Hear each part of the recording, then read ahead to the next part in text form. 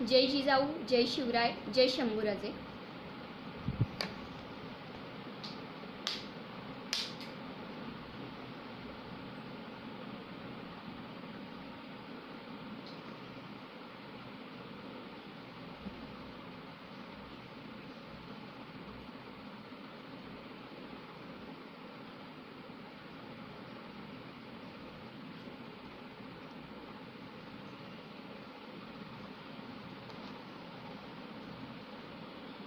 थोड्याच वेळात आपण सुरुवात करूया. काही जण नवीन जॉईन होत आहेत, त्यामुळे थोडा वेळ वाट बघूया आपण.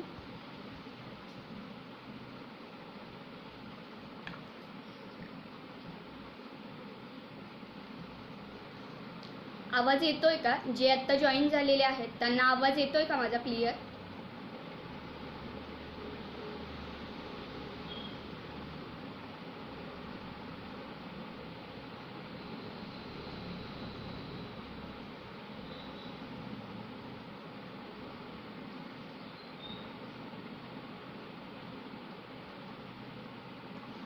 आवाज येतोय का माझा? कोणीतरी प्लीज कमेंट करून कळवा मला आवाज येतोय की नाही.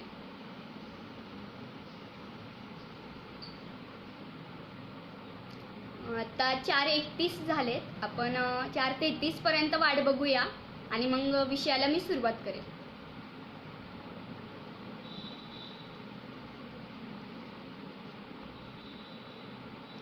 तोपर्यंत ज्यांना शेअर करायची असेल या लाईव्हची लिंक ते शेअर करू शकतात.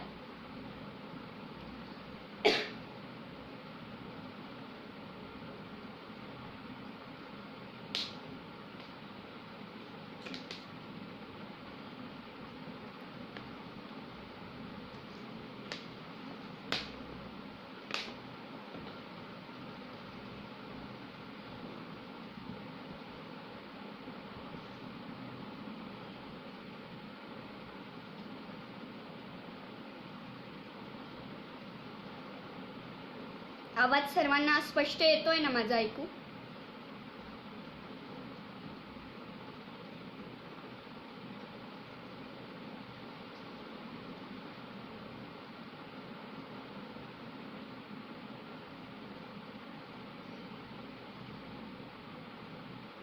अगदी थोड्याच वेळात मी माझ्या विषयाला सुरुवात करणार आहे.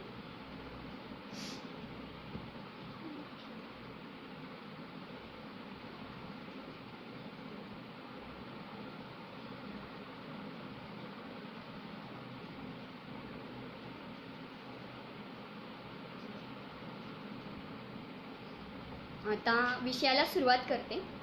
जय जिजाऊ, जय शिवराय, जय शंभूराजे. मी सुचेता विजयकुमार भिसे. आज या इतिहासाच्या पानातून या फेसबुक पेजवर मी विषय घेऊन येत आहे छत्रपती संभाजी महाराजांबद्दलचे गैरसमज. सर्वप्रथम स्वराज्य स्थापनेचं जे स्वप्न होतं ते ज्यांच्या संकल्पनेतून आलं ते म्हणजे छत्रपती शिवाजी महाराजांचे वडील शहाजीराजे, की ज्यांनी निजामशाही आदिलशाही या दोन्ही शाह्यांमध्ये काम केलं, पण तरीही स्वतःचा जो स्वराज्य निर्मितीचा जो ध्यास होता तो त्यांनी कायम ठेवला. अशा छत्रपती शिवाजी महाराजांचे वडील म्हणजेच शहाजी महाराज यांना माझा मानाचा मुजरा. त्याचबरोबर छत्रपती शिवाजी महाराजांना स्वराज्याचे बाळकडू देणाऱ्या आई म्हणजेच राजमाता जिजाऊसाहेब, की आजकाल आपण बघतो की सर्व माता आपल्या मुलाला अंगाई गाताना म्हणतात की बाळा झोप घे किंवा निज तू, पण राष्ट्रमाता जिजाऊ या एकच अशा आई असतील की ज्यांनी बाळाला जाग घे आणि या स्वराज्याला एक नवा आधार दे अशी अशी अंगाई ज्यांनी गायली होती, अशा राष्ट्रमाता राजमाता जिजाऊ यांना मानाचा मुजरा. त्याचबरोबर स्वराज्याची संकल्पना ही ज्यांनी प्रत्यक्षात आणण्यासाठी स्वतःची खूप मेहनत घेतली स्वतःशी, असेच आपले सर्वांचे छत्रपती शिवाजी महाराज, की ज्यांनी स्वतःच्या कुटुंबाकडेही जास्त लक्ष न देता स्वराज्यपूर्तीकडेही जास्त कल दिला, अशा महान राजांना माझा मानाचा मुजरा. त्याचबरोबर त्यांच्या छत्रपती शिवाजी महाराजांच्या ज्या अष्टराज्ञी होत्या म्हणजेच त्यांच्या 8 पत्नी, त्यांनाही माझा मानाचा मुजरा, कारण त्यांनी जी छत्रपती शिवाजी महाराजांना जी मोलाची साथ दिली या स्वराज्य निर्मितीच्या कार्यात, तर त्याला तोड नाही, त्यामुळं त्यांनाही माझा मानाचा मुजरा. त्यानंतर शंभूराज, देशधर्मासाठी ज्यांनी आपल्या मरणालाही जे घाबरले नाही असे शंभूराज.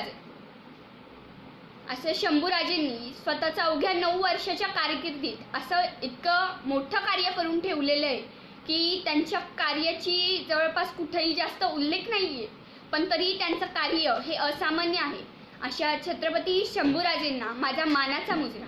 आणि त्याचबरोबर शंभूराजेंच्या सोबत ज्यांचं नाव आदराने आणि तितक्याच ताकदीने घेतलं जातं त्या म्हणजे महाराणी येसूबाई साहेब, की ज्यांनी स्वतःच्या मुलाचा किंवा स्वतः सिंहासनावर बसण्याचा त्याग केला व आपल्या दिराला बसवलं. त्याचबरोबर शंभूराजेंच्या गैरहजेरीत योग्य ते निर्णय घेतले आणि योग्य त्या पद्धतीने आपला राज्यकारभार सांभाळला. तर राष्ट्रमाता म्हणजेच आपल्या महाराणी येसूबाई साहेबांना माझा मानाचा मुजरा. आजचा विषय मी घेतला आहे छत्रपती संभाजी महाराजांचे बद्दलचे गैरसमज. छत्रपती संभाजी महाराजांबद्दल म्हणायचं तर खूप बोलता येईल, कारण त्यांचं कार्यच इतकं आहे. मृत्यूचे आव्हान पेलुनी तोच वारसा आम्हाला दिला. मृत्यूचे आव्हान पेलुनी तोच वारसा आम्हाला दिला. शिवरायांचा शंभू छावा हिंदू म्हणून अमर जाहला. शिवरायांचा शंभू छावा हिंदू म्हणून अमर जाहला. छत्रपती शिवाजी महाराजांनंतर म्हणजेच सन 1680 नंतर शंभूराजेंची कारकीर्द सुरू झाली. पण ही कारकीर्द सुरू झाली खरी, पण जगाच्या पाठीवर असा एकमेव राजा असेल की ज्यांनी स्वतःचा राज्यकारभार हा सिंहासनावर कमी आणि घोड्यावरती जास्त वाढला.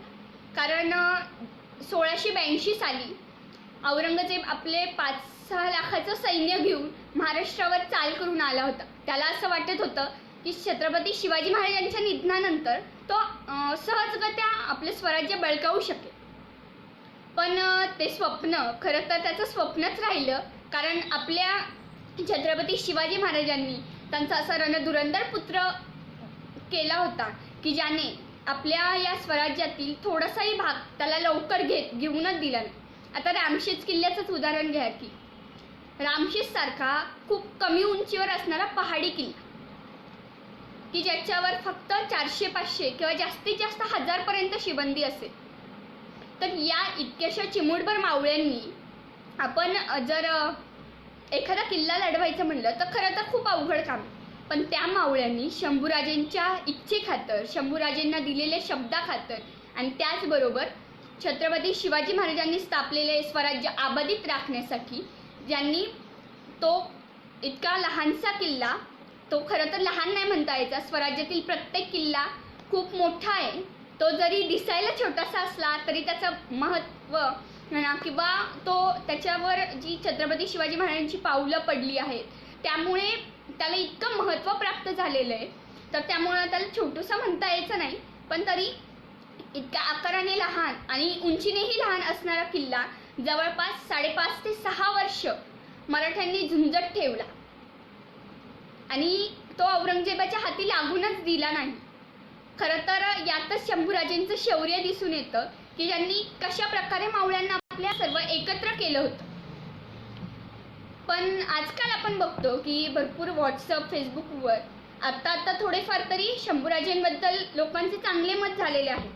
पण एक काळ असा होता, म्हणजे अजूनही तसे लोक आहेत, पण तरीही काही लोकांच्या मनात अजूनही असं आहे की छत्रपती संभाजी महाराज म्हणजे शिवाजी महाराजांच्या पोटाला आलेले एक दुर्भाग्य असणारे पुत्र. छत्रपती शिवाजी महाराजांचं खरं दुर्भाग्य असं म्हणतात काही जण, पण मला तसं वाटत नाही.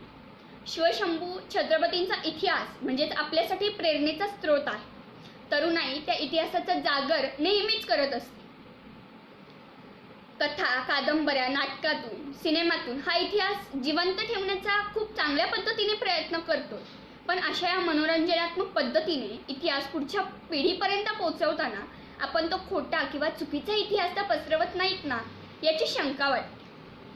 असा मनोरंजक पद्धतीने मांडलेला इतिहास शोधणं किंवा भाकड कथांवर विश्वास ठेवणं यामुळेच महाराष्ट्राची अपरिमित हानी झालेली.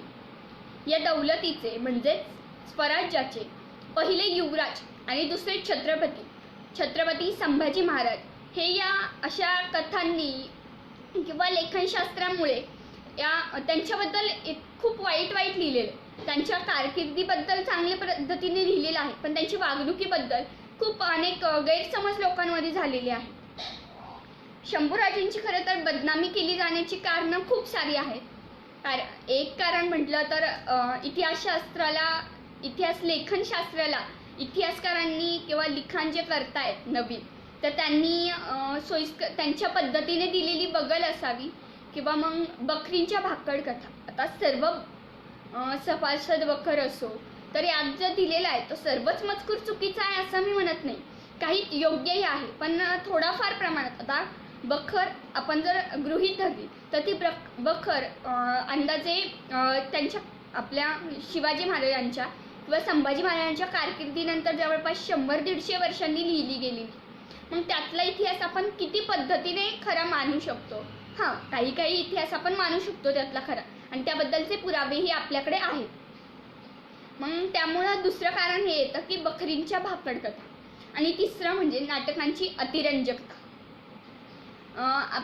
आत्तापर्यंत खूप सारे नाटकं छत्रपती संभाजी महाराजांवरती आलेली आहेत, पण त्यातून भरपूरदा महाराजांचे चरित्र हे खरं तर दूषित करायचा प्रयत्न चाललाय. काही पद्धतीतून तो चांगल्या पद्धतीने करायचा प्रयत्न केला जातोय, पण अजूनही तितक्या पद्धतीने जास्त अजून त्या पद्धतीचे परिणाम दिसत नाहीये. इतिहास घडवणारी माणसं इतिहास विसरू शकत नाही, आणि इतिहास घडवणारी माणसं हा इतिहास कधीच विसरू शकत नाही. हाही एक इतिहासच आहे. निरक्षर मराठ्यांनी इतिहास सुवर्णाक्षरांनी लिहून ठेवावा इतका तो तेजस्वी आणि ओजस्वी बनवला आहे. पण याच ओजस्वी इतिहासातील काही पात्र ही इतकी दुर्लक्षित झाली की त्यांच्याकडे रुंकूनही बघायला कोणी तयार नाही. आणि अशातलंच एक पात्र म्हणजे आपले स्वराज्याचे धाकले धनी म्हणजे छत्रपती संभाजी महाराज. 1630 ते 1689 हा कालखंड खरं तर खूप महत्त्वाचा आहे शिवकालातील, कारण या कालखंडात स्वराज्याच्या 2 छत्रपतींची कारकीर्द घडली आणि या 2 छत्रपतींनी नवा इतिहास घडवला.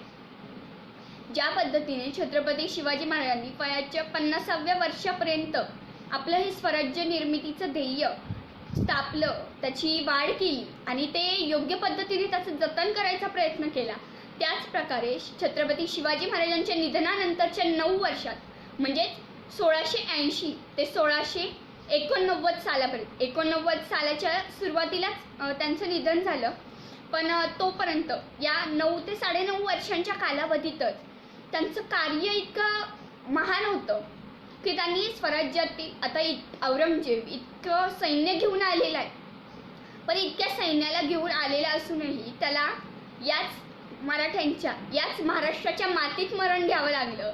इतकी खेदजनक बातमी म्हणजे दुसरी कुठलीच नसेल की आपण जिंकायला येतो एक प्रदेश, पण तो जिंकायला तर मिळत नाही आपल्याला, पण जिंकण्याऐवजी आपलंच तिथं निधन होतं आणि आपलीच तिथं कबर खोदली जाते.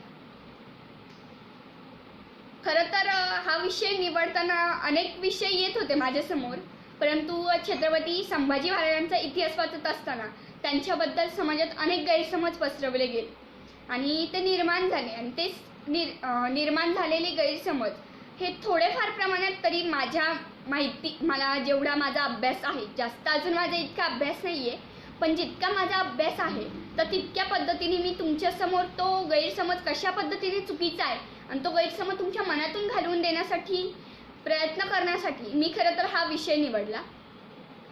363 वर्षापूर्वी खुद्द छत्रपती शिवाजी महाराजांच्या कुशीत जन्माला आलेला छत्रपती संभाजी राजा कसा असेल, अरे कसा घडला असेल तो राजा, कसा उभा राहिला असेल, कसे असेल त्याचे शौर्य, कसं असेल त्याचं धैर्य, कसं असेल त्याचं धाडस बरं, कसा असेल त्याचा अभिमान, कसा असेल त्याचा स्वाभिमान आणि कसा असेल त्याचा पराक्रम, कसं असेल त्याचं नेतृत्व, वक्तृत्व आणि कर्तृत्व कसा असेल बरं माझा शंभू राजा. पण आपण आजकाल बघतो की छत्रपती शिवाजी महाराजांचा जितक्या पद्धतीने आपण इतिहास शौर्यतेच्या दृष्टीने लिहितो, पण तितक्याच पद्धतीने शंभूराजांवरती लिखाण जास्त पद्धतीने केलेलं नाही. त्यांच्या लिखाण हो आहेत, काही कादंबऱ्या आहेत की ज्यांनी छत्रपती संभाजी महाराजांबद्दल खूप चांगली माहिती दिलेली आहे. पण ती माहिती दिलेली असतानाच त्यांनी काही प्रमाणात गैरसमज मनात म्हणजे वाचकांच्या मनात गैरसमज आणण्याचाही प्रयत्न झालेला आहे थोडाफार. मग तो नेमकं कशामुळे असेल हे सांगता येत नाही. अधुऱ्या ज्ञानामुळे असेल किंवा आता समकालीन पुरावे त्याबद्दल जास्त नाही आहेत शिल्लक. जितके आहेत त्यातून त्यांनी त्यांच्या पद्धतीने जसा इतिहास त्यांना समजला तसा त्यांनी लिहिण्याचा प्रयत्न केला. सगळ्यात मोठा गैरसमज छत्रपती संभाजी महाराजांबद्दल जो केला जातो तो म्हणजे तुम्ही कुठलेही आता जुने पिक्चर बघायला गेले, भरपूर जण आता या लॉकडाऊनच्या काळात चित्रपट बघत असतात. तर जुना एक चित्रपट आहे, मी पण आत्ता काही दिवसांपूर्वीच तो पाहिला, महाराणी येसूबाई साहेबांवर आहे. बहुतेक त्याचं नाव पण असंच आहे, महाराणी येसूबाई साहेब. तर त्याच्या सुरुवातीलाच म्हणजे पहिल्याच अर्ध्या तासाच्या आतच छत्रपती संभाजी महाराजांबद्दल इतकं वाईट दाखवलं आहे की त्यांचं म्हणजे छत्रपती संभाजी महाराजांची जी एंट्री दाखवली आहे त्याच्यात, तर अशी दाखवलेली की ते व्यसनी होते आणि त्यांना बायकांचा नाद होता. तर सगळ्यात मोठे हे त्यांना दूषणं लावली गेलेली आहे की ते व्यसनी होते आणि त्यांना बायकांचा नाद होता. कारण छत्रपती शिवाजी महाराजांचंच उदाहरण घ्यायचं म्हणलं तर छत्रपती शिवाजी महाराजांनी ज्या पद्धतीने राजमाता जिजाऊंनी त्यांच्यावर संस्कार केले होते तसेच संस्कार छत्रपती संभाजी महाराजांवरती सुद्धा राजमाता जिजाऊंनी केले असतील ना. हो, मी बोलते की आईवडील कोणतेही आईवडील असले की ते चांगले संस्कार देतात, पण किती घ्यायचे आणि किती नाही हे मुलावर अवलंबून असतं. पण जो मुलगा आपल्या पित्यासाठी आपला जीव कुर्बान करायलाही मागं पुढे बघत नाही, तो असा असेल का? तो मुलगा आपल्या पित्याने आपल्याला कळतही नव्हतं अशा वयात छत्रपती शिवाजी महाराजांनी रांझेच्या पाटलाला चौरंगा केला होता त्याचा. का तर एका स्त्रीवर त्याने बळजबरी केली होती. हे उदाहरण डोळ्यासमोर असताना छत्रपती संभाजी महाराज असे वागतील का याचा विचार आपण स्वतःहून करायला हवा ना. आणि आपणही वाचतो ते, पण त्याच्याबद्दल आपण खरा खुरा किंवा आपल्या स्वतःचा असा वेगळा विचार करत नाही की हा हे असेल का किंवा हे बरोबर आहे का असा विचार आपण करत नाही. आणि तो विचार करत नाही ही तर दूरची गोष्ट, पण तोच इतिहास आपण इतरांना सांगतो आणि त्यामुळे आपल्यासोबतचे जे आसपासची जी अजून इतर माणसं आहेत तर त्यांच्या मनातही शंभूराजांबद्दल गैरसमज निर्माण होतात. इथं खरं तर आपलं चुकतं की आपण कुठलाही इतिहास आता मग तो शिवाजी महाराजांचा असो किंवा संभाजी महाराजांचा असो किंवा पुढे मग राजारामराजेंचा असो, ताराराणी साहेबांचा असो, कुठलाही इतिहास त्याचा योग्य पद्धतीने अभ्यास केल्याशिवाय कुठलाही इतिहास आपण इतरांना सांगू नये. आणि जर तो सांगत असेल तर अशा बद्दल आपण बोलावं की जो इतिहास आपल्याला खात्रीशीर माहिती आहे. बऱ्याच नाटकातून किंवा पुस्तकातून कादंबऱ्यातून छत्रपती शिवाजी महाराजांचे पुत्र संभाजी महाराजांना असं म्हणलं गेलं की ते बायकांचा नाद होतात. अहो, जर त्यांना बायकांचा नाद असला असता तर ज्या पद्धतीने छत्रपती शिवाजी महाराजांनी 8 बायका केल्या, आता त्यावेळेस त्यांचं वेगळं धोरण होतं 8 बायका करण्यामागचं की स्वराज्यातली जी देशमुखी वगैरे अशी सरदार आहेत तर त्यांना एकत्र आणण्यासाठी त्यांनी ही लग्न केली होती. पण मग जर संभाजी महाराजांना बायकांचा जर नाद असेल तर मग त्यांनी का नसती मग अजून लग्न का केली नसती? त्यांच्या आयुष्यात फक्त 2च नावं घेतली जातात, त्याबद्दल येसूबाई महाराणी साहेब यांच्याबद्दल म्हणजे खूप चांगल्या आहेत त्यामुळं त्यांच्याबद्दल तर कुणी काहीही बोलत नाही. त्यांच्याबद्दलचा इतिहास हा तितकाच महत्त्वपूर्ण आहे. आणि त्यांच्या दुसऱ्या पत्नींबद्दलही काही ठिकाणी आहे थोडंफार लिहिलेलं आहे, पण त्याबद्दल ठोस माहिती अजून माझ्याजवळ तरी आलेली नाही आहे. काही कादंबऱ्यांमध्ये दिलेलं आहे. दुर्गाबाई म्हणून आहेत एक, तर त्या शंभूराजांच्या दुसऱ्या पत्नी म्हणून त्यात दाखवल्या गेलेल्या आहेत. मग जर त्यांना बायकांचा नाद असला असता तर त्यांनी अजून लग्न केलीच असती ना, का केली नसती? जर त्यांना बायकांचाच नाद असला असता तर मग ते त्यांची कारकिर्दीतले 9 वर्ष आहेत 1680 ते 1689 सालापर्यंतचे, तर त्यांनी त्या कालावधीत मग ते स्वराज्य कारभाराकडे त्यांनी जास्त लक्ष दिलंच नसतं ना. आणि जो औरंगजेब आपल्या महाराष्ट्रावर चालून आला होता तर त्याने आपला महाराष्ट्र आरामशीर बळकवला असता ना. पण त्यावेळी छत्रपती संभाजी महाराजांबद्दल आपण काय पसरवतो याचा विचार केला का आपण? नाही. छत्रपती संभाजी महाराजांबद्दल आपण डायरेक्ट बोलतो, हां त्यांना व्यसन होतं. अरे सुपारीच्या खांडाचं सुद्धा व्यसन नव्हतं हो माझ्या राजाला, आणि तुम्ही डायरेक्ट म्हणता दारूचं व्यसन होतं. हो, आहेत काही ठिकाणी की त्यांनी पोर्तुगीजांना दारू मागवली, पण ती दारू कुठली याची तरी आपण खातरजमा केली का? आपण डायरेक्ट दारू म्हणजे पिण्याची दारू समजून मोकळे झालो, पण ती दारू होती तोफीसाठी जी दारू वापरली जाते, दारू गोळा, तो मागवला होता त्यांनी पोर्तुगीजांकडून. आणि आपण ती दारू कुठली आणि ही दारू कुठली, आपण ती दोन्ही दारू एकत्र केली आणि छत्रपती संभाजी महाराजांना डायरेक्ट व्यसनी बनवून टाकली. पण छत्रपती शिवाजी महाराजांना ज्या पद्धतीने कुठलंही व्यसन नव्हतं, त्यांना एकच व्यसन होतं. व्यसन म्हणजे ते व्यसन नाही म्हणता यायचं, खरं तर ते त्यांचा ध्यास होता, ते म्हणजे स्वराज्य. मग त्या अशा छत्रपती शिवाजी महाराजांचे पुत्र असे ते बायकांचे नाद करणारे असतील का, याचा विचार आपण का करत नाही? का आपण चुकीचं कुठलीही फेसबुक किंवा व्हॉट्सअपला पोस्ट आली तर ती पूर्ण न वाचता थोडीफार वाचतो, किंवा काही जण वाचतही नाहीत, तशी डायरेक्ट फॉरवर्ड करून देतो. का आपण तो इतिहास जो आपण इतरांना फॉरवर्ड करतो तर तो आपण तपासून का घेत नाही? प्रत्येकाच्या कॉन्टॅक्टमध्ये आज जवळपास 1-2 तरी इतिहासाचे अभ्यासक असतील की ज्यांचा इतकाही पूर्ण अभ्यास झाला नसेल, पण थोडाफार तरी अभ्यास असेलच ना. मग त्यांच्याकडून आपण त्या पोस्टची खातरजमा करून ती पोस्ट मग फॉरवर्ड करा. कारण आपण जी चुकी करतो की कुठलाही मेसेज न वाचता फॉरवर्ड करतो, तर यातून आपल्या शंभूराजेंचा म्हणा किंवा कुठल्याही आपल्या राजांचा इतिहास चुकीचा पसरवला जातो, आणि तो आपल्याला चुकीचा पसरवल्या जाण्यापासून रोखायचा आहे. छत्रपती संभाजी महाराजांबद्दल अजून असे गैरसमज पसरवला जातो की ते स्वराज्यद्रोही होते. ते स्वराज्यद्रोही असतील याबद्दल खरंच कुठंच मला तर वाटत नाही. कारण जर ते स्वराज्यद्रोही असले असते तर मग त्यांनी किंवा ते मुघलांना मिळालेले असले असते तर मग औरंगजेब ज्यावेळेस 1682 साली महाराष्ट्रात आला असता, मग त्यावेळेसच त्यांनी का नसतं स्वराज्य त्याच्या ताब्यात दिलं असतं? किंवा ज्यावेळेस छत्रपती संभाजी महाराजांना कैद केलं तर त्यावेळेस मग त्यांचा जीव वाचवण्यासाठी त्यांनी स्वराज्य का नसतं दिलं? जर ते खरंच मुघलांना जाऊन मिळालेले असते किंवा जर ते खरंच स्वराज्यद्रोही असले असते तर मग त्यांनी लगेच दिलं असतं ना स्वराज्य. पण त्या कैद केलेल्या अवस्थेत सुद्धा त्यांनी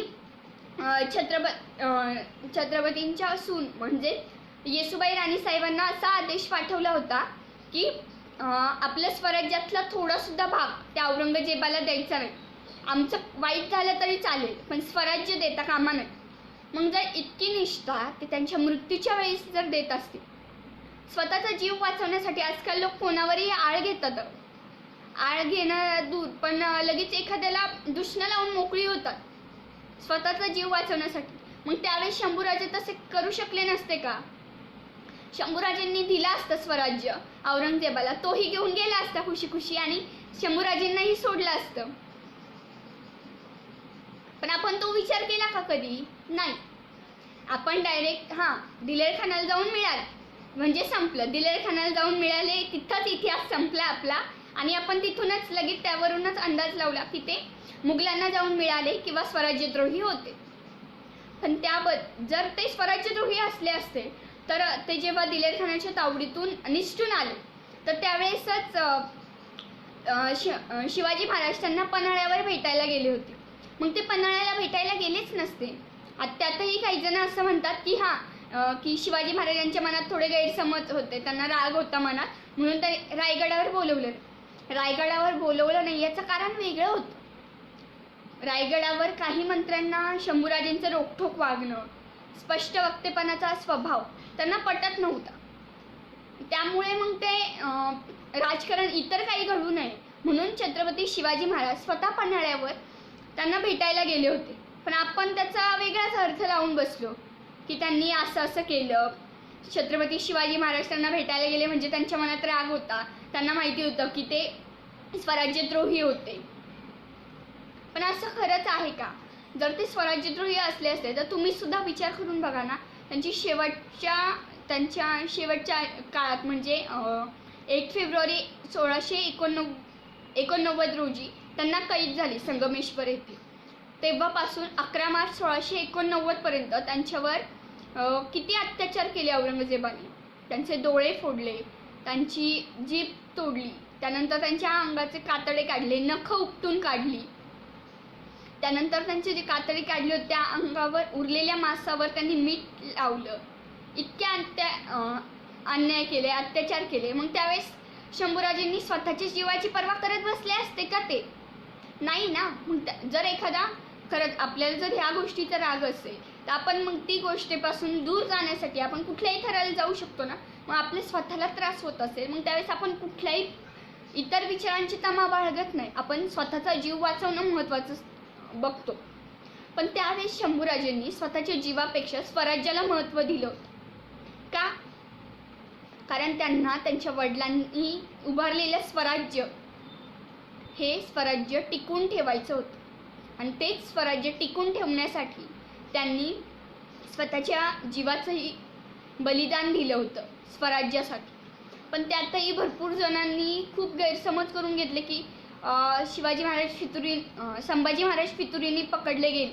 आता ते फितुरीने पकडले गेले की नाही याबद्दल माझ्याकडे तर अजून पुरावे नाही आहेत, त्यामुळं मी त्याबद्दल स्पष्ट बोलू शकत नाही आहे.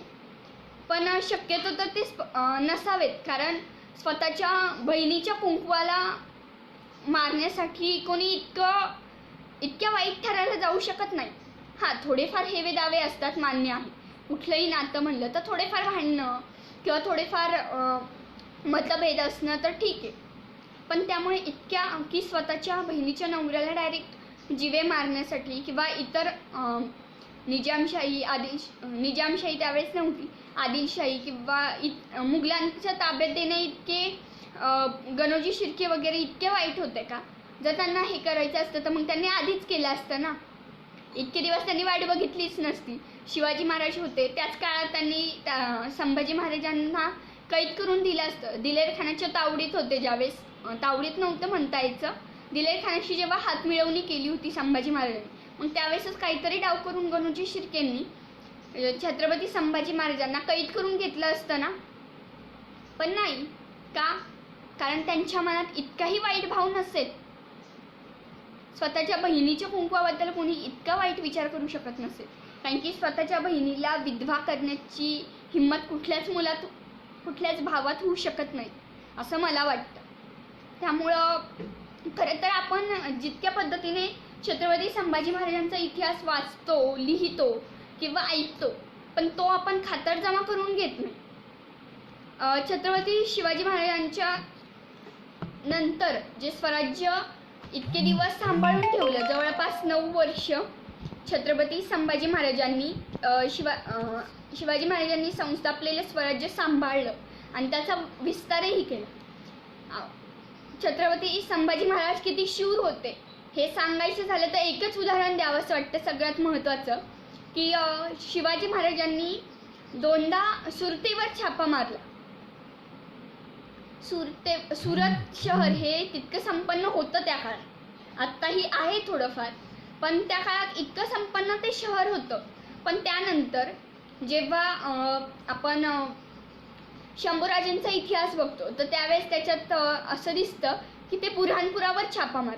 बुऱ्हाणपूर म्हणजे थोडक्यात औरंगजेबाचं काळीज म्हणतात, कारण त्याचा जन्म झाला होता तिथं आणि तो वाढलाही, त्याचं बालपणही तिथं गेलं होतं. आणि अशा या शहरावर इतकी सेनेचा पहारा असताना शंभूराजे योग्य पद्धतीने तिथं गेले, योग्य पद्धतीने तिथलं निरीक्षण करून कधी छापा मारायचा, कधी निघायचं, इतकं सर्व नियोजन करून त्या औरंगजेबाच्या मनात स्वतःचा दरारा निर्माण केला होता त्यांनी.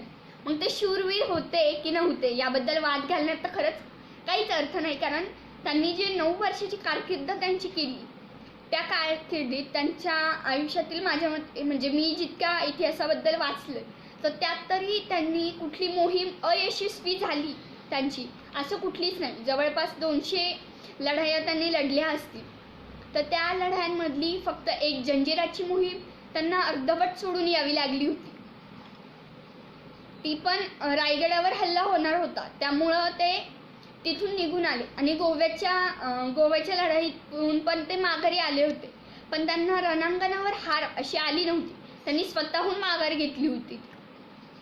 त्यामुळं आपण छत्रपती संभाजी महाराजांना ज्या पद्धतीने छत्रपती शिवाजी महाराजांचा इतिहास जितका तेजस्वी आहे तितकाच किंबहुना त्यापेक्षाही जास्त इतिहास 9 वर्षांच्या कारकिर्दीत घडवलेला छत्रपती संभाजी महाराजांचा असेल यात बिलकुल वाद नाही.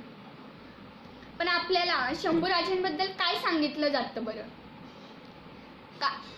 तुमच्या मनात जर काही प्रश्न असतील या विषयाबद्दल तर तुम्ही कमेंट सेक्शनमध्येही देऊ शकता, जेणेकरून मी ते नंतर बघितल्यावर तुम्हाला त्याबद्दलही बोलेल.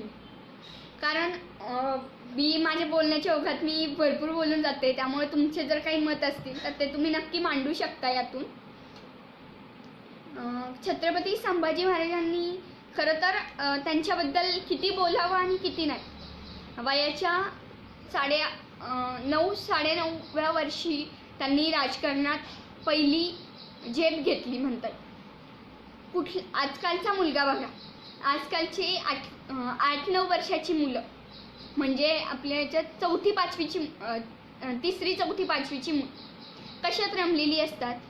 मोबाईल, TV आणि अभ्यास पण शाळेचा वेगळा, क्लासचा वेगळा याच्यात गुंतलेली असतात. आणि शंभूराजे त्यावेळेस त्यांचा युद्धकलेचा अभ्यास किंवा शास्त्रांबद्दलचा अभ्यास चालू असताना देखील ते गेले होते कुठं? तर त्या दिलेर खानाच्या छावणीत मिर्झा राजे जसवंत सिंगा सोबत तिथं स्वराज्यासाठी ओलीस राहिले होते. तेव्हापासूनच त्यांच्या मनात स्वराज्याबद्दलची निष्ठा आली होती. जर त्यांना वाटलं असतं की हां स्वराज्य, आपले वडील कशाला हे स्वराज्य वगैरे करतात, आपण असेही सुखात राहू शकतो की, मग त्यावेळेस त्यांनी स्वतः ओलीस न राहण्याचाही निर्णय घेतला असता. पण तिथेही त्यांनी स्वतःची अशी एक वेगळी उंची निर्माण करून दिली. मिर्झा राजेच्या छावणीत ज्यावेळेस संभाजी महाराज गेले तर त्यावेळीही त्यांनी त्यांची एक अशी वेगळी उंची निर्माण करून ठेवली की ज्यामुळे मिर्झा राजेला सुद्धा एवढ्याशा म्हणजे 9 वर्षाच्या शंभूराजेंबद्दल अभिमान वाटावा. 9 वर्षाच्या कारकिर्दीतला आजचा मुलगा आणि शंभूराजेंचं जर खरं तर तुलना होऊ शकत नाहीये ही, पण जर तुलना केली आपण तर खरंच वाटेल की आपली मुलं कशात गुरफटतात आणि त्यावेळी शंभूराजे कशात होते. हो, अभ्यास करणं जरुरीचं आहे, अभ्यास करणं जरुरीचं नाही असं मी म्हणत नाही, पण त्याचबरोबर आपण समाजात काय घडतंय काय नाही याबद्दलही आपल्या मुलांना माहिती देणं हे गरजेचं आहे. कारण जर आपण ही माहिती जर दिली तरच आपले जे सामाजिक घटकांविषयी जी आपुलकी निर्माण होते मुलांमध्ये, तर तीही माहिती त्याबद्दल जर समस्या त्यांना मुलांना स्वतःला आली तर तीही ते आरामशीररित्या पेलू शकतात. त्यामुळं आपण आपल्या मुलांना किंवा आत्ताही जे लाईव्ह ऐकतायत ते दादा, ताई, काका, सर, कोणी मार्गदर्शक असतील तर त्यांनीही विचार करायला हवा. आपण इतिहास पसरवतोय मान्य आहे, पण इतिहास पसरवताना तो कोणाचा आणि कितपत पसरवतोय, तो कितपत खरा आहे हे सुद्धा आपण म्हणू शकतो. जर आपण तो इतिहास जर संपूर्णपणे विचार केला आणि तो इतिहास पसरवायच्या आधी तो जे मेन पुरावे आहेत, पुराव्यांमध्ये पण 3 प्रकार येतात. एक प्राथमिक पुरावा, द्वितीय पुरावा आणि तृतीय. प्राथमिक पुराव्यांमध्ये येतात ते समकालीन त्यावेळेसचे पत्रव्यवहार किंवा त्यावेळेसची जी लिहिलेली असतील पुस्तकं, तर त्यांचा अभ्यास करून आपण कुठलीही माहिती कोणालाही द्यायची असेल तर ती त्यावेळेस तशी द्यायला हवी. कारण आपल्याला माहिती नसताना आपण जर एखाद्याला माहिती दिली आणि ती जर चुकीची असली तर त्यांनी आपण खूप मोठं पाप करतो असं मला वाटतं. कारण आपल्याला माहीत नसणारा इतिहास हा पण आपल्याला माहीत नाही आहे, त्याबद्दल खरी आपल्याला शाश्वती नाही आहे आणि तरीही आपण तो इतरांना सांगतोय. हे खरं तर चुकीचं आहे. त्याचबरोबर शंभूराजांबद्दल गैरसमज पसरवला गेलेल्यांमधला अजून एक असा आहे की एक व्हॉट्सअपला भरपूर दिवसांपासून म्हणजे जवळपास 4-5 वर्षांपासून एक मेसेज फिरतोय. तो मी मेसेज तुम्हाला वाचून दाखवते. थोडासाच वाचून दाखवणार, मी पूर्ण नाही वाचून दाखवणार. छत्रपती संभाजीराजे, वजन 220 किलो, उंची 7 फूट 8 इंच, जेवण 35 ते 40 भाकऱ्या दिवसातून 2दा, तलवारीचे वजन 65 किलो, पराक्रम 203 युद्ध लढले एकही न हारता, आणि सर्वात मोठे युद्ध समोर शत्रूचे 5 लाख सैन्य उभे असताना आपले सैन्यबळ फक्त 35,000 असून स्वराज्याला विजय प्राप्त करून देणारा एकमेव शूरवीर.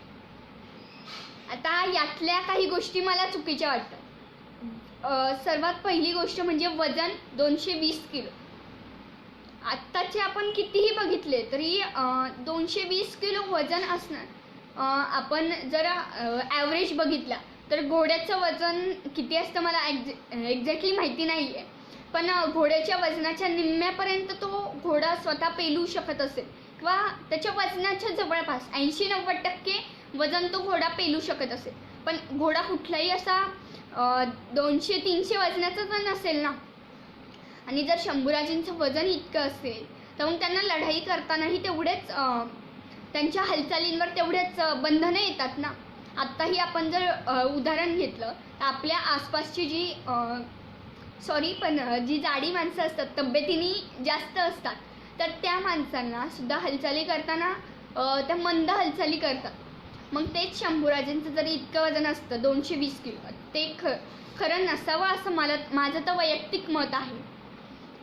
कारण इतकं वजन असताना ते इतक्या हालचाली करू शकत नाहीत. त्यामुळं तो मुद्दा तर सर्वात पहिला फुटतो. त्यानंतर असं आहे की तलवारीचं वजन 65 किलो असेलही. तलवारीचं वजन 65 किलो, कारण की मी कुठंतरी 2-3 दिवसात या वाचलं का ऐकलं की येसाजी कंक जे आपले शिलेदार होते की ज्यांनी कुतुबशहाच्या दरबारात हत्तीशी झुंज दिली होती, तर त्यांची तलवार काहीतरी 65 किलोची होती. काही वेळेस इतक्या वजनाची तलवार वापरणं शक्य होतं, पण प्रत्येक वेळेसच लढाईला जाताना इतकी वजनदार तलवार वापरणं शक्य नाही आहे. आपल्या हातात जितकं वजन असेल तितके आपण वार करायला असक्षम होतो, तितके आपल्या हालचालींवर बंधनं येतात. जर आपल्या हातात एक मोबाईल दिला, त्याचं जनरल उदाहरण घ्या, एक मोबाईल दिला तर आपण आरामशीर कुठेही जाऊ शकतो.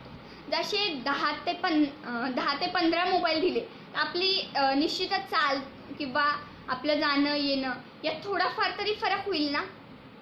मग त्यावेळेस इतकी 65 किलोची तलवार त्यांनी कशी पेलली असेल. त्याचबरोबर आपण मालिकेत सुद्धा बघितलं असेल किंवा खूप साऱ्या पुस्तकांमध्येही असं आहे लिहिलेलं की शंभूराजांनी तलवारींचा कारखाना उभारला होता.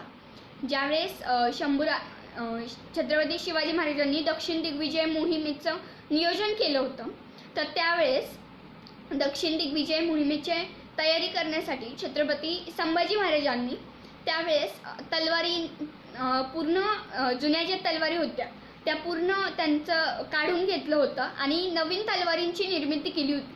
आणि त्या तलवारी पण अशा त्यांनी निर्माण केल्या होत्या की ज्यांचं वजन खूप कमी असेल, म्हणजे आपल्या सैन्याला कमीत कमी वजनात जास्त वार करता येईल. त्यांचा हेतू असा होता त्यामागचा की तलवारीचं वजन कमी असलं एक वेळ तरी चालेल, पण घाव जो तलवारीने होणार आहे तो जास्त वजनदार हवा. त्यामुळे त्यांनी तलवारीच्या धारेवर जास्त लक्ष दिलं, तलवारीच्या वजनावर लक्ष दिलं नाही. त्यामुळं इतकं वजन आहे असं बोलणं खरं तर चुकीचं आहे. कारण इतकी वजन असणारी तलवार जर पेलायची म्हटली तर खरंच खूप अवघड आहे. आत्ताही काही ठिकाणी खंडोबाला माझ्या मते की कुठल्या तरी उत्सवाच्या वेळेस काहीतरी खूप मला एक्झॅक्ट वजन माहिती नाही, तर वजनाची तलवार उचलायचं खेळ होतो. आणि ती तलवार ही सहजासहजी त्यांना उचलता येत नाही. मग त्यावेळेस तीच तलवार उचलून ते शस्त्र कसं चालवत असतील किंवा युद्धात कसं वापरत असतील. काही युद्ध तर त्यांची सलग 4-5 दिवस असतात. मग इतक्या वेळा त्यांचा हात गळून येणार नाही का. त्यामुळं आपण व्हॉट्सअपला सुद्धा मेसेज जे फॉरवर्ड करतो किंवा आपल्याला जे मेसेज येतात त्यांची खातरजमा करून, जर तो मेसेज जर चुकीचा असेल तर तो मेसेज चुकीचा आहे हे सुद्धा आपण ज्यांनी पाठवलाय त्यांना सांगायला हवं. त्याच पद्धतीने शंभूराजेंनी पहिलं बुलेट प्रूफ जॅकेट बनवलं होतं. का? तर आपल्या सैन्याच्या रक्षणासाठी त्यांनी स्वतः ते बुलेट प्रूफ जॅकेटची जी आपण सराव घेतो म्हणतो, टेस्ट करून बघतो आपण, तर ती टेस्टसुद्धा त्यांनी स्वतः करून बघितली होती की खरं या जॅकेटनी काही परिणाम होतोय का. ते त्यावेळेससुद्धा एखाद्या आपल्या मावळ्यांपैकी कोणालाही देऊ शकले असते, म्हणले असते हा हे घाल आणि मी तुझ्यावर वार करतो, बघू आपण अडतोय का.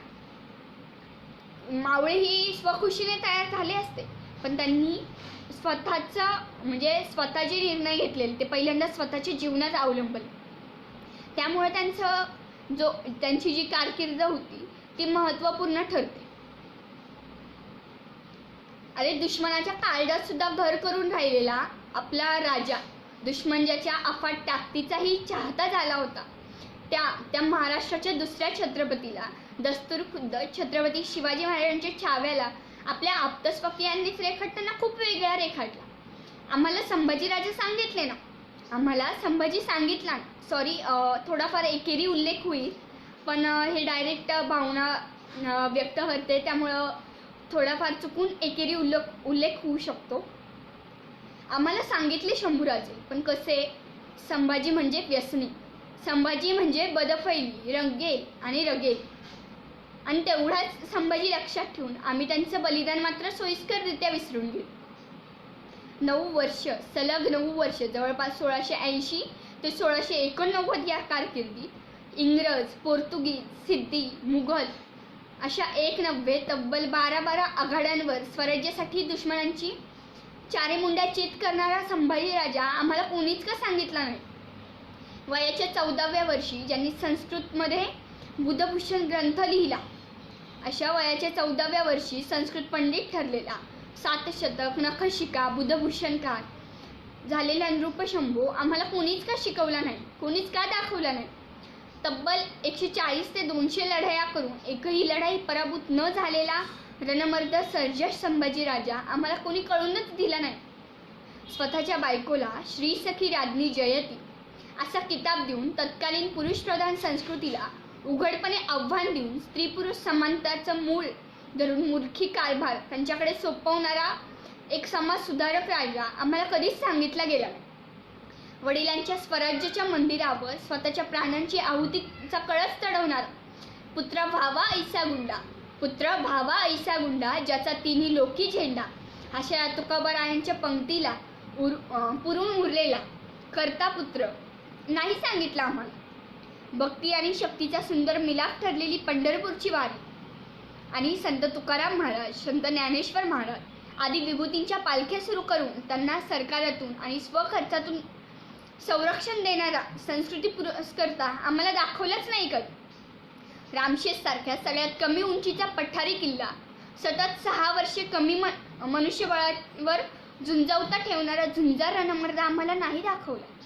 रयतेला छळणाऱ्या सिद्धीला समुद्रात बुडवायचा चंग बांधून जवळपास 800 मीटरचा लांबीचा समुद्रात भराव टाकून पूल बांधणारा इंजिनियर आम्हाला नाही दाखवला. राजद्रोहांसारखे गंभीर आरोप गुन्हे होऊनही वडीलधाऱ्यांना मान आणि इज्जत देऊन आबदीत ठेवणारा एक मानी संस्कारी राजा आम्हाला कुणीच नाही दाखवला. बाणांच्या वर्षावात मनुष्यहानी होऊ नये म्हणून जनावरांच्या कातड्यांनी जॅकेट तयार करून सैन्याची काळजी घेणारा रणमर्द झुंजार राजा आम्हाला कोणीच नाही दाखवला. असे होते आमचे स्वराज्याचे दुसरे छत्रपती धाकले धनी संभाजी महाराज. का आपण त्यांचा इतिहास लोकांना का सांगू शकलो नाही? आपली चूक मान्य आहे की त्यावेळेसच्या किंवा त्यानंतर लिहिल्या गेलेल्या इतिहासात त्यांच्याबद्दल थोडाफार चुकीचा इतिहास पसरवला गेला आहे, पण तो इतिहास पसरवतानाही तो इतिहास त्यांनी लिहिला, त्यांनी त्यांच्या दृष्टीने लिहिला ना, त्यांनी त्यांची मतं मांडली. त्यांनी असाही ठोस पुरावा दिला नाही की हे मी पुस्तक लिहिलं यातलं 100% अख्खं खरं आहे. पण आपण मग तो विचार का करत नाही? आपण प्रत्येक वेळेस शंभूराजेंना दुर्लक्षित का करतो? आत्ता संभाजी महाराजांचं खरं तर कर्तृत्व इतके दिवस खूप कमी जणांना माहिती होतं. आत्ता जवळपास 3 वर्षापूर्वी स्वराज्य रक्षक संभाजी महाराज ही मालिका झीट मराठीवर आल्यामुळे संभाजी महाराजांचं महत्त्व थोडंफार तरी रयतेला समजायला मदत झाली. त्याबद्दल खरंच त्या मालिकेचे निर्माते किंवा दिग्दर्शक वगैरे जे असतील त्यांना खरंच माझा मानाचा मुजरा की त्यांनी या महत्त्वपूर्ण व्यक्तिमत्वावर प्रकाश टाकण्याचा प्रयत्न केला. एक दादांनी असं म्हटलंय की छत्रपती संभाजी महाराजांच्या आयुष्यातील शेवटच्या 2 वर्षात त्यांनी काय केले यावर थोडा प्रकाश टाका. तर म्हणजे 2 वर्षावर बोलायचं म्हटलं तरी खूप वेळ लागेल दादा. त्यांच्या म्हणजे जवळपास आपले 1 महिन्याची जरी त्यांची कारकिर्दीवर बोलायचं झालं तरी हे व्याख्यानसुद्धा संपूर्ण व्याख्याननी जवळपास 3-4 दिवस जरी केलं तरी ते पुरणार नाही. त्यामुळं त्याविषयी मी जास्त नाही बोलू शकत, माफ करा. तर आपल्या मूळ विषयाकडे येऊया. तर छत्रपती संभाजी महाराजांबद्दल खूप काही गैरसमज पसरवले गेले आहेत, पण तेवढेच आपण ते गैरसमज पुसण्याचाही प्रयत्न आपण करायला हवा. आपण आता 1-2 दिवसापूर्वीचं उदाहरण आहे. काहीतरी अग्रिमा जोशी असं काहीतरी नावाच्या आहे ते. तर त्यांनी काहीतरी वादग्रस्त विधान केलं. मला ते विधान परफेक्टली माहीत नाही आहे काय केलं त्यांनी. तर त्या विधानावर आपण सर्वजण पेटून उठलो. आपण सर्वजणांनी असं बोललं की हे आम्ही मावळे तुम्हाला असं बोलून देणार नाही, त्याबद्दल तुम्हाला माफी मागावी लागेल, त्याबद्दल तुम्हाला आम्ही शिक्षा देऊ. पण हे असं का बोललं जातं? कारण त्यामागे काहीतरी चुका असतीलच ना आपल्याकडून. आपण ज्या पद्धतीने तिथं योग्य पद्धतीने निर्भीडपणे आपण बोलतो, तर तसंच आपण संभाजी महाराजांचे गैरसमज पुसण्यासाठी निर्भीडपणे का बोलत नाहीत बरं? तिथं आपण का मागे सरतो? का आपल्याला भीती वाटते की आपलं चुकल याचा विचार करण्यापेक्षा आपण जे बोलतोय त्यातून काहीतरी निदान एखाद्याच्या मनावर काहीतरी परिणाम होईल आणि त्याच्या मनात जे गैरसमज निर्माण झालेले आहेत तर ते पुसायला काहीतरी मदत होईल ना. हा विचार आपण करत नाही. आपण काय विचार करतो? नको, आपल्याकडून चुकल, आपल्याला कोणतरी काहीतरी बोलेल. हा विचार करण्यापेक्षा आपण असा विचार करायला पाहिजे की आपण कुठलाही विचार करताना आपल्या समाजाला काय आपण देऊ शकतो याचा विचार आपण करायला हवा. छत्रपती शिवाजी महाराजांच्या पोटी जन्माला आलेले जणू तोच वारसा पुढे चालवणारा शिवविचारांचा आरसा जन्माला आले तेव्हा काहीच वर्षात मातृछत्र हरवलं आणि नियतीचे चटके त्यांच्या वाट्याला यायला सुरुवातच झाली. असे चटके सोसत राहिले. आप्तस्वकीयांच्या काळजाला लागणारे बाण सुद्धा त्यांनी हसत त्यावर पुढं पाऊल टाकत त्यांनी त्यांची कारकीर्द दूषित होऊ दिली नाही. यावेळी त्यांनी योग्य वेळी योग्य निर्णय घेतलेला असला तरी त्यांना उग्र आणि संतापी दाखवण्यात आलं, रगेल दाखवण्यात आलं. जिजाऊंच्या संस्कारात वाढलेल्या या छाव्याला स्त्री व्याभिचाराचेही आरोप झाले. मग ते आरोप आपण का पुसून टाकायचा प्रयत्न करत नाही? जर आत्ताही आपण त्याबद्दल काहीच आवाज उठवला नाही किंवा त्याबद्दल काही बोललो नाही तर हाच इतिहास पुढच्या पिढींनाही मिळेल. आणि हाच इतिहास जर पुढच्या पिढींना मिळाला तर नक्कीच त्यांच्या मनात जे मालिका किंवा चित्रपट किंवा नाटकांमधून किंवा आपण फेसबुक पोस्टवरून खूप सारे अभ्यासक वगैरे योग्य पद्धतीने अभ्यास करून संशोधन करून जी काही माहिती मांडतात तीही त्यांना खोटी वाटायला लागेल की त्यांना असं वाटेल की उगाच लिहितात. जर आपण अशाच पद्धतीने जर चुकीचा इतिहासावर आवाज उठवला नाही तर त्यांच्या मनात छत्रपती संभाजी महाराजांबद्दल काय विचार राहतील बरं? याचा आपण विचार करतोय का कधी? नाही. आपण फक्त एवढंच बघतोय, आपल्याला माहिती आहे ना बस, मग बाकीच्यांचं कशात? आपल्याला माहिती आहे पण आपल्याला माहिती असणारं आपण इतरांना सांगायला पाहिजे. हा विचार आपण सर्वांनी करायला हवा. छत्रपती संभाजी महाराज राजकारणाचा एक डाव होता म्हणून ते दिलेर खानाला जाऊन मिळाले होते. त्यावेळेसही छत्रपती शिवाजी महाराज दक्षिणेत गेलेले होते. कुतुबशाही आणि दक्षिणेतला जो व्यंकोजी राजेच्या आसपासचा जो प्रदेश होता तर तो जिंकण्यासाठी छत्रपती शिवाजी महाराज महाराष्ट्रात नव्हते आणि त्यावेळेस दिलेरखाना आला होता आपल्या महाराष्ट्रावर चालू आणि त्याला थोपवण्यासाठी छत्रपती संभाजी महाराजांनी त्यावेळेस काही पत्र पाठवली तर त्यालाही काही लोकांनी असा अर्थ काढला त्यातून की दिलेर खानाशी त्यांची मैत्री झाली. हो, मैत्री केली त्यांनी. पण मैत्री का केली? आपलं स्वराज्य वाचवण्यासाठी. आणि मैत्री करून त्यांनी त्याचा गैरफायदा करून घेतला नाही किंवा दिलेर खानालाही त्याचा गैरफायदा करून घेऊन दिला नाही. मैत्रीचा फायदा करून दिलेर खानाने सुद्धा स्वतः मैत्रीचा हात मिळवून स्वराज्य लुटायला त्यांची मदत घेतली असती, पण तसं केलं नाही. कारण छत्रपती संभाजी महाराजांमध्ये तितकी ताकद होती आणि त्यांचा तितका दरारा होता. आणि हा दरारा किंवा त्यांचं महत्त्व, त्यांची शूरता ही दिलेर खानाला माहिती होती.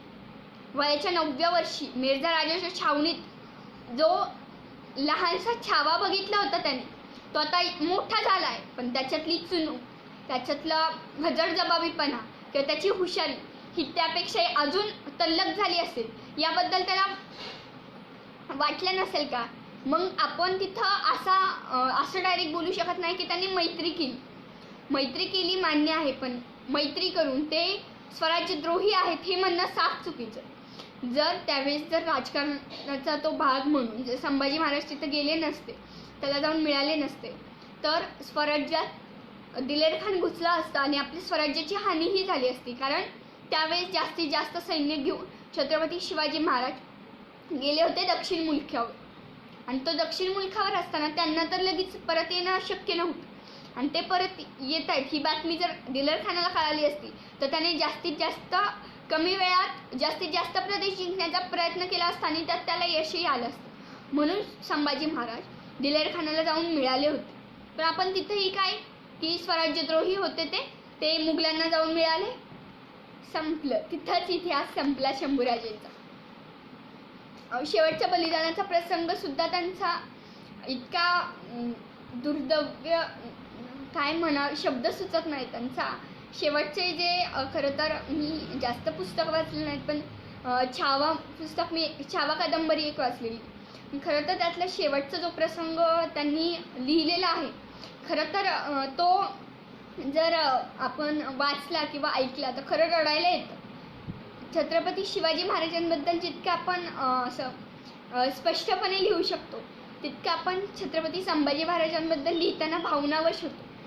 कारण त्यांचा मृत्यू इतक्या दुर्दैवीप्रमाणे झाला होता की त्याबद्दल खरं काही बोलू शकत नाही. कारण जर त्याबद्दल विचार करायचा झाला किंवा औरंगजेब किती क्रूर होता याचा विचार करायचा जरी डोक्यात छोटासा विचार आला, तरी मन नकळत आपलं वडतुळापूरच्या मातीत जाऊन मिसळतं आणि त्या भीमा इंद्रायणीच्या संगमावर जाऊन तिला विचारावंसं वाटतं की तुला नसेल का ग आवरता आलं? इतक्या वर्षांपासून तू साक्ष देतेस त्या शंभूराजेंच्या पराक्रमाची, पण तोच इतिहास आम्ही विसरत चाललोय. आणि त्यामुळेच ती भीमामाई, ती इंद्रायणी इतकी भरू वाहते, कारण तिला ते रडू येतंय की माझ्या मातीत ज्या पुत्राचा अंत झाला त्या पुत्राबद्दलच आपण माझ्याच कुशीतली जन्मलेली मुलं इतकं वाईट बोलतायत. शेवटच्या काळात जेव्हा त्यांना कैद केलं होतं मुकर्रब खानाने आणि तो जेव्हा औरंगजेबासमोर घेऊन गेला त्यांना, तर त्यावेळेस सुद्धा संभाजी महाराजांनी कवी कलशांना असं विचारलं की कविराज, कविता सुचते का एखादी? तर त्यावेळेस त्यांनी कविता केलेली मी तुम्हाला ऐकवते, थोडीशीच मला माहिती तेवढी. राजन तुम हो सांझे खूब लड़े हो जंग, राजन तुम हो खूब सांझे खूब लड़े हो जंग, देख तुम्हारा प्रताप मही तख्त तगत औरंग.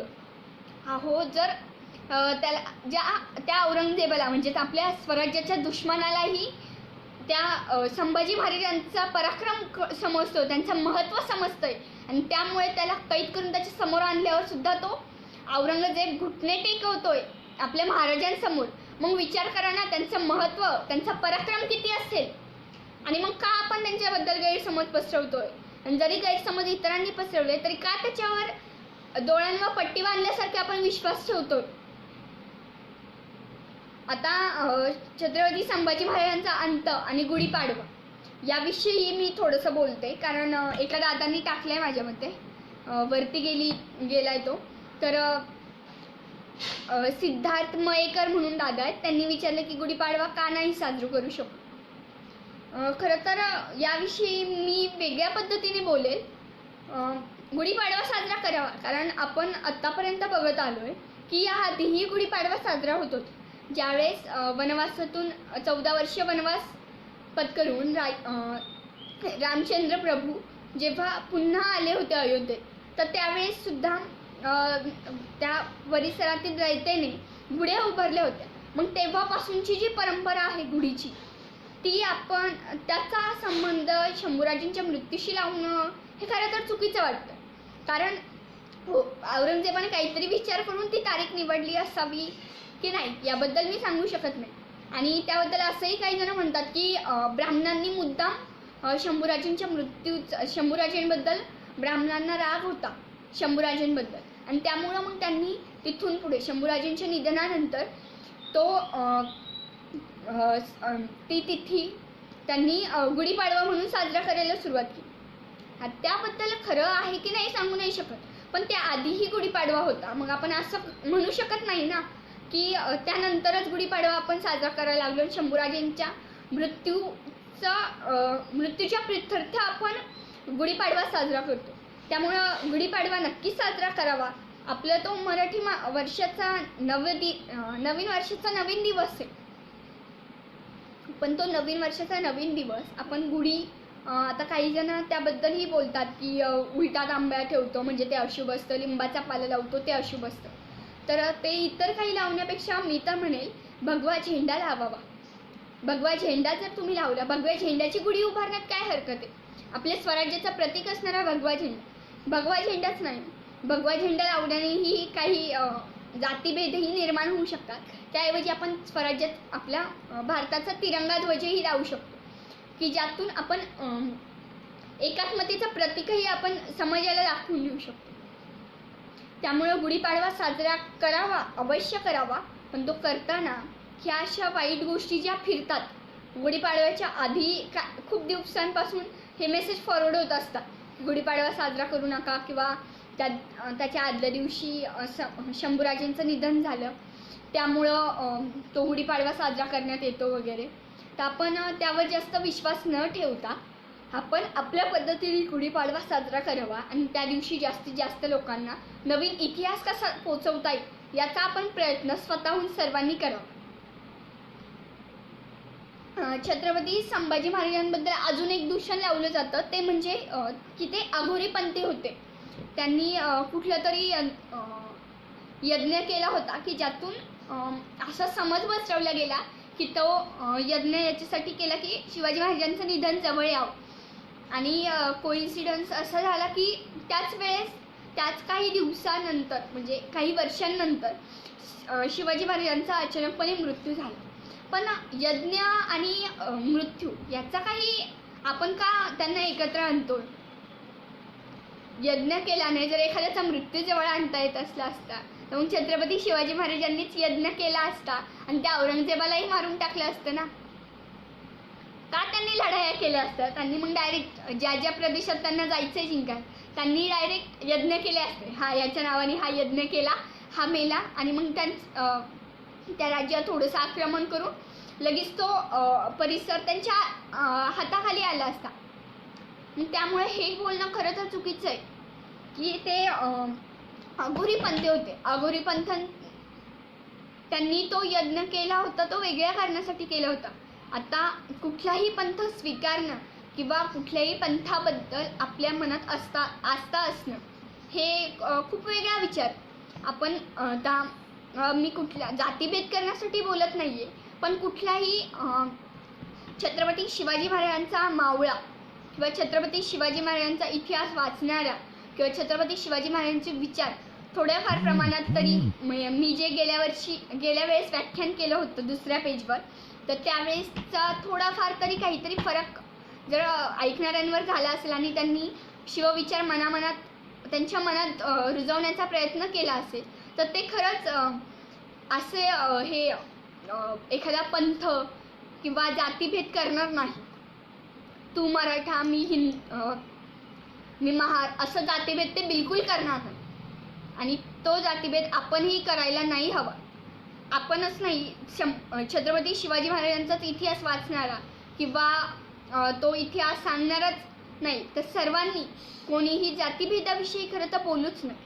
कारण छत्रपती शिवाजी महाराज किंवा संभाजी महाराजांनीही कधी जातीभेद केला नव्हता आणि ते करतही नव्हते.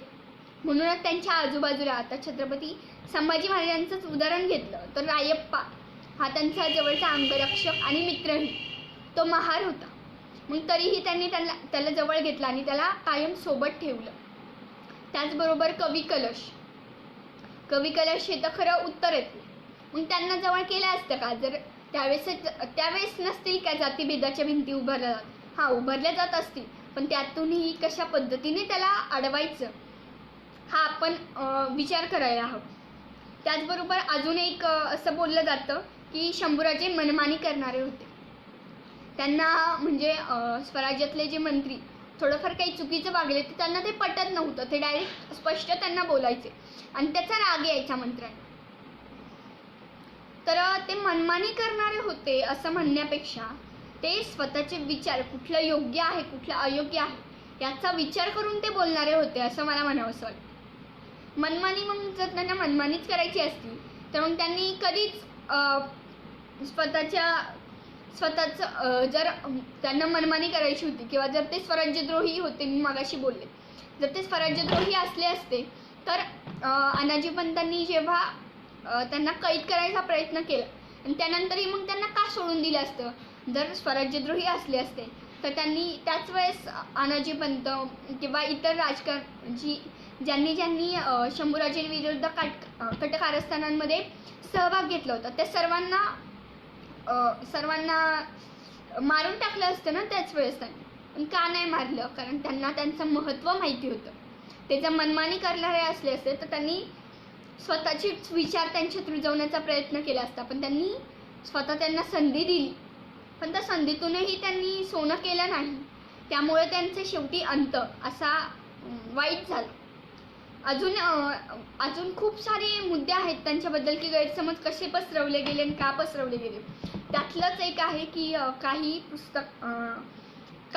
कथा कादंबऱ्या किंवा नाटकांमध्ये काही स्त्री पात्र अशी उभारली गेली आहे की ज्यांमधून संभाजी महाराजांचा इतिहास हा दूषित करण्याचा प्रयत्न झाला आहे.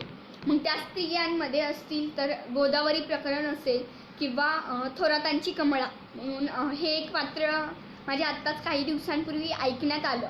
नितीन बालगुडे सर यांच्या व्याख्यानातून ऐकलं मी. थोरातांची कमळा हे कुठल्या तरी माझ्या मते नाटकात दाखवलं गेलं होतं आणि त्यात शेवटी त्यांनी नाटक का चित्रपटात आणि त्यात शेवटी त्यांनी थोरातांची कमळाची समाधीही दाखवली होती. तर ते नितीन बालगुडे सरांचंच मी म्हणणं तुम्हाला थोडक्यात सांगते कारण त्याविषयी जास्त माहिती नाही, पण तोही मुद्दा खूप महत्त्वाचा आहे. तर नितीन बालगुडे सर असं म्हटले होते त्या व्याख्यानात की थोरातांची कमळाची जी समाधी त्यांनी दाखवली पन्हाळा किल्ल्यावर, तर ती समाधी थोरात म्हणून कोणाची तरी होती तिथं, जोडप्यांची दाम्पत्यांची ती समाधी होती. आणि त्यावेळेस तिथं जे मृत्यूसाल दिलेलं होतं तर ते काहीतरी 1699 का 98 काहीतरी होतं. आणि संभाजी महाराजांचा मृत्यू कधी झाला? 1689 साली.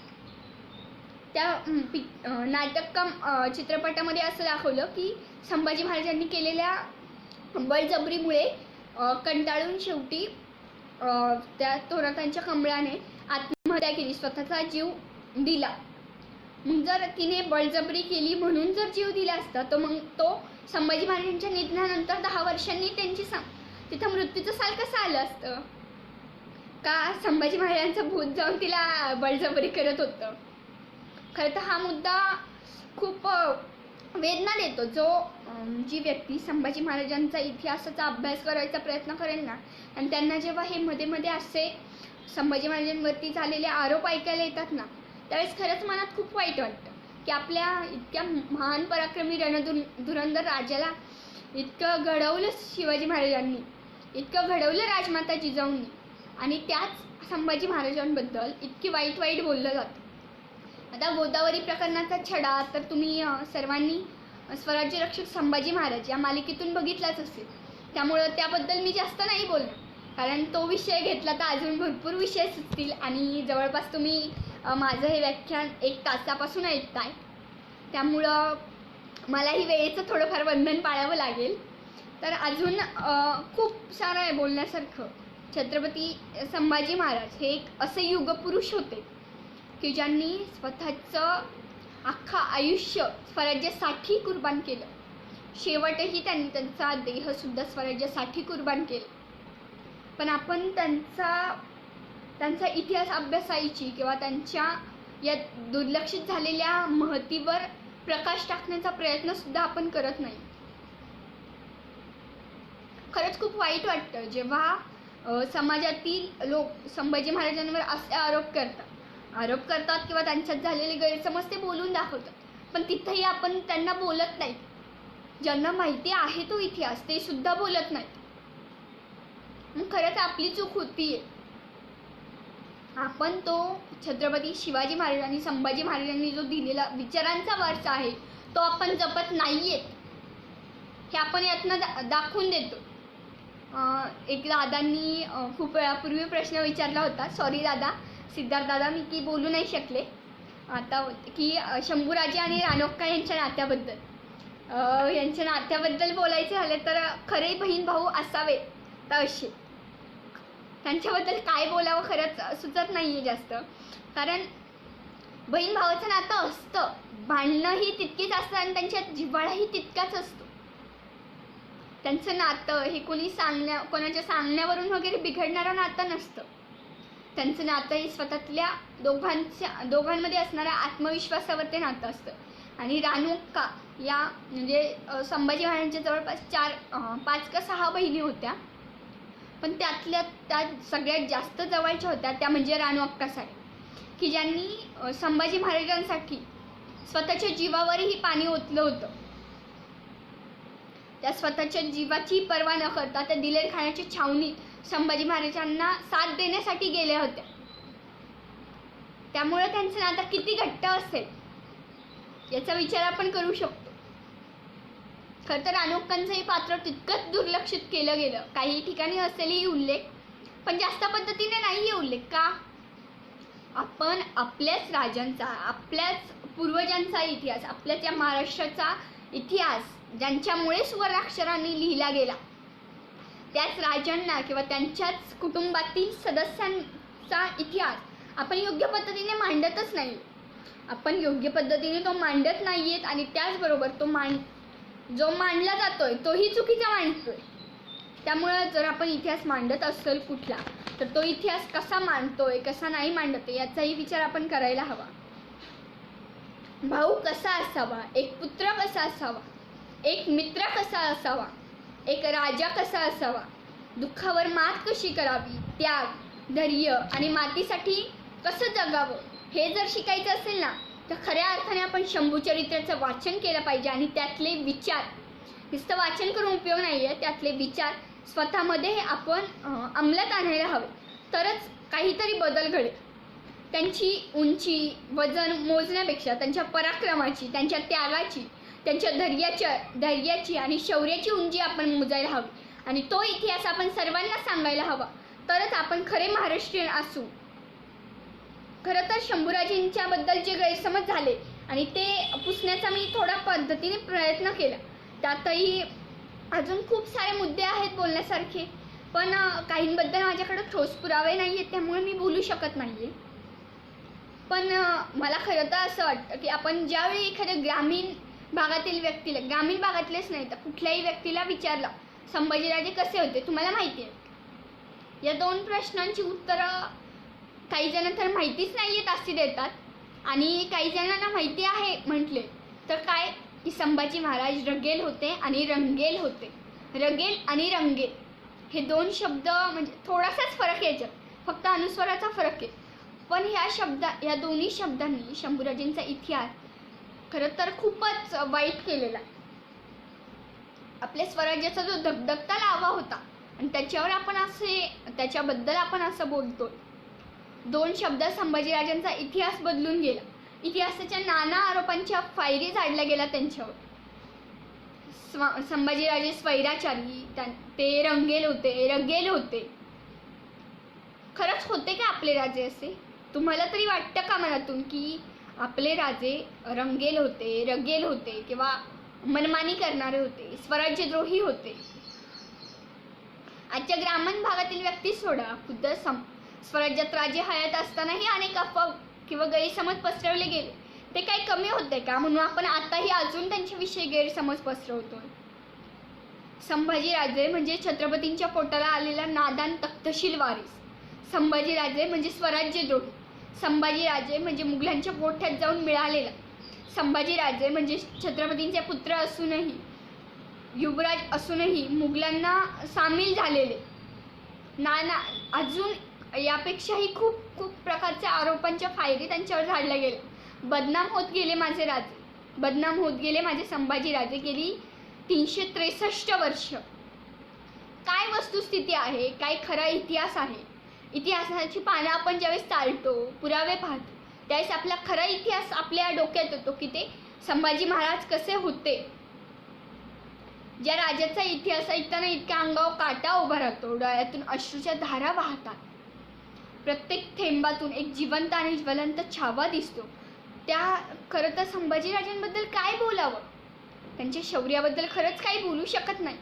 त्यांच्या शौर्याची तुलना तर कोणाशीच करता यायची नाही, इतकं त्यांचं शौर्य होतं. ज्या पद्धतीने आपण म्हणतो की छत्रपती संभाजी महाराजांचं कर्तृत्व असामान्य होतं, ते अद्वितीय व्यक्ती होते, ते पुन्हा जन्माला येणार असतील तर तितकीच सामर्थ्यवान जिजाऊही तयार व्हायला हवी. तर तितकीच सामर्थ्यवान जिजाऊ तयार झाली तर छत्रपती शिवाजी महाराज जन्माला येतील आणि तितकेच रणधुरंधर छत्रपती संभाजी महाराज जन्माला येतील. ज्या पद्धतीने छत्रपती शिवाजी महाराज अद्वितीय होते तर त्याच पद्धतीने छत्रपती संभाजी महाराज हे सुद्धा अद्वितीय पुरुष होते. हा विषय मांडताना खरं तर खूप विचार केला मी. खरं तर हा विषय घेतला मी तर तो खूप विचार करून घेतला. 2 दिवसांपूर्वी माझं दादांशी बोलणं झालं की व्याख्यान करायचंय, पण त्यावेळेस सुद्धा विचार येत होता की हा मुद्दा मी मांडते खरं, पण यातून काही फरक पडेल का?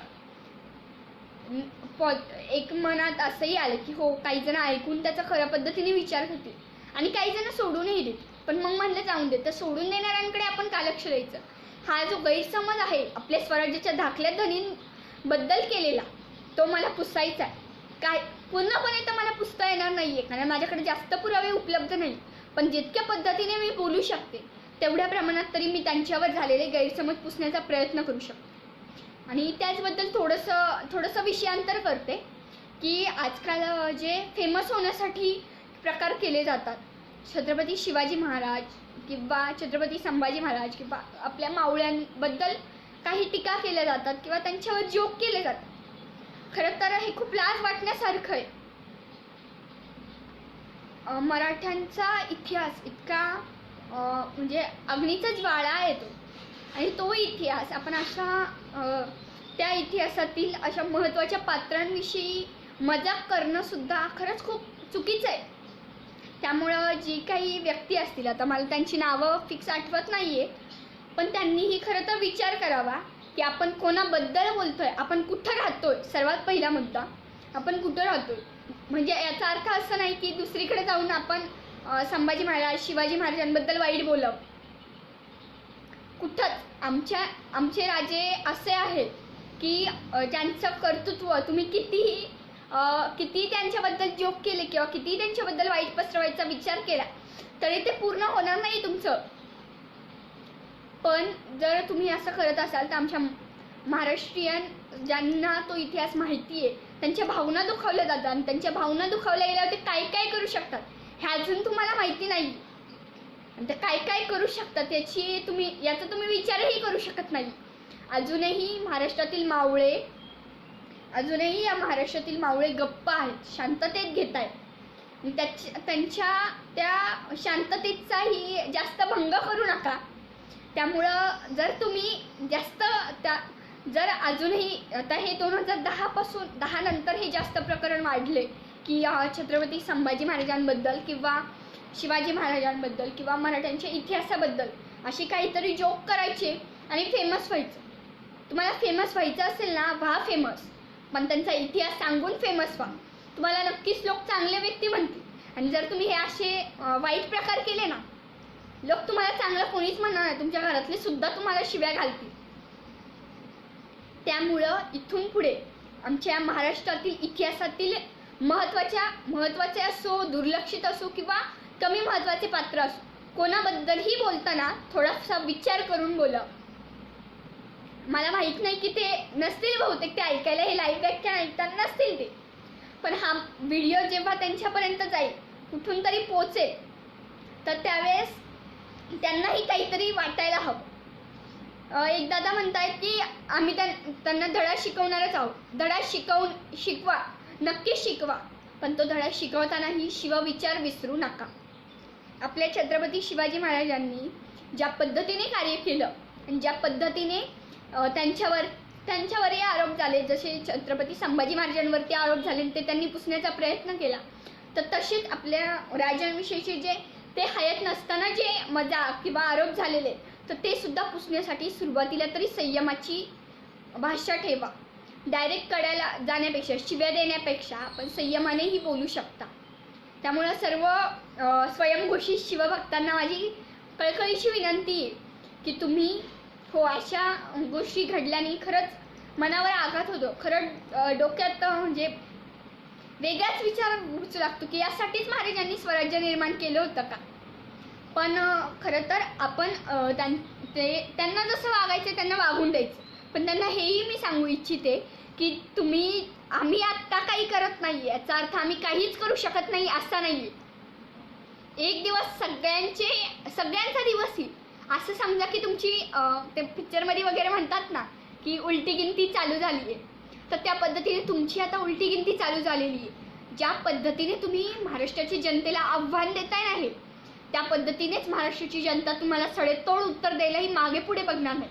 पण ती काम शांत आहे, कारण त्यांच्यावर छत्रपती शिवाजी महाराजांचे आणि संभाजी महाराजांचे विचार आहेत थोडेफार प्रमाणात. आणि त्यामुळं जर छत्रपती संभाजी महाराज किंवा शिवाजी महाराजांबद्दल कोणीही वाईट बोललं, तर त्यांना योग्य पद्धतीने धडा शिकवा. त्यांना प्रत्येक वेळेस वाईट बोलूनच धडा शिकवण्यापेक्षा संयमाने घ्या, इतकीच माझी विनंती असेल सर्वांना. आणि आपला जो विषय होता त्याबद्दल मी जवळपास आता 1 तास 20 मिनटं मी बोलले. तर त्या विषयाबद्दल अजून जर काही तुमच्या मनात असतील प्रश्न, गैरसमजाविषयी, तर नक्कीच तुम्ही या फेसबुक लाईव्हच्या माध्यमातून मेसेजच्या मध्ये टाकू शकता. किंवा जे आपले दादा आहेत, ठोंबरे दादा, मला त्यांचं नाव ओमकार ठोंबरे दादा, तर त्यांनाही तुम्ही कळवू शकता. या पेजचे ते ॲडमिन आहेत मेन, तर त्यांनाही तुम्ही ते प्रश्न कळवू शकता तुमचे. किंवा माझंही फेसबुकला अकाउंट आहे, पण फेसबुकला अकाउंट आहे याचा अर्थ काहीही मेसेज करायचा असा नाही आहे. जर तुम्हाला खरंच शंका असतील तर नक्कीच तुम्ही मला मेसेज करू शकता. सुचेता विजयकुमार भिसे असं माझं अकाउंट आहे, मराठीत नाव आहे. नक्की तुम्ही माझ्या अकाउंटवरती मेसेज मला करू शकता. आणि मी त्यांचा मला जर त्याविषयी खरंच जर माहिती भेटली तर मी तुमच्या शंका निवारण्याचा प्रयत्नही करेल. ज्या राजाचा विजयी इतिहास ऐकताना अंगावर काटा येतो, डोळ्यातून अश्रूच्या धारा वाहतात आणि डोळ्यातून वाहणाऱ्या अश्रूच्या प्रत्येक थेंबात एक जिवंत आणि जाज्वल्य छावा दिसतो, त्या छत्रपती संभाजी महाराजांच्या पवित्र स्मृतीस अभिवादन करते.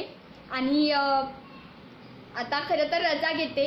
सर्वप्रथम या इतिहासाच्या पानातून या पेजचे मी खरं तर मनापासून आभार मानते की त्यांनी मला या विषयावर बोलायची संधी दिली. त्याचबरोबर मला या विषयात मदत करणारे खूप सारे जण आहेत, त्यामुळे एकाचं विशेष असं नाव घेऊ शकत नाही मी. खूप सारे जणांनी मला या विषयात मदत केली, तर त्यांचे सर्वांचे मनापासून आभार. त्याचबरोबर हे लाईव्ह जवळपास 1 तास 20 मिनटं जी रसिक ऐकतायत त्यांचेही खूप मनापासून आभार की तुम्ही माझं व्याख्यान नाही म्हणता यायचं, हे खरं तर माझं मत होतं की जे मी तुमच्यासमोर मांडलं, तर ते तुम्ही इतक्या वेळ ऐकत आहात शांत चित्ताने. आणि तुमचेही प्रश्न किंवा माझ्या विचारांना तुम्ही सहमती देताय आणि मलाही प्रोत्साहन देताय. त्यामुळं ते शेवटी सर्वांचा आता निरोप घेते. जय जिजाऊ, जय शिवराय, जय शंभूराज. धन्यवाद.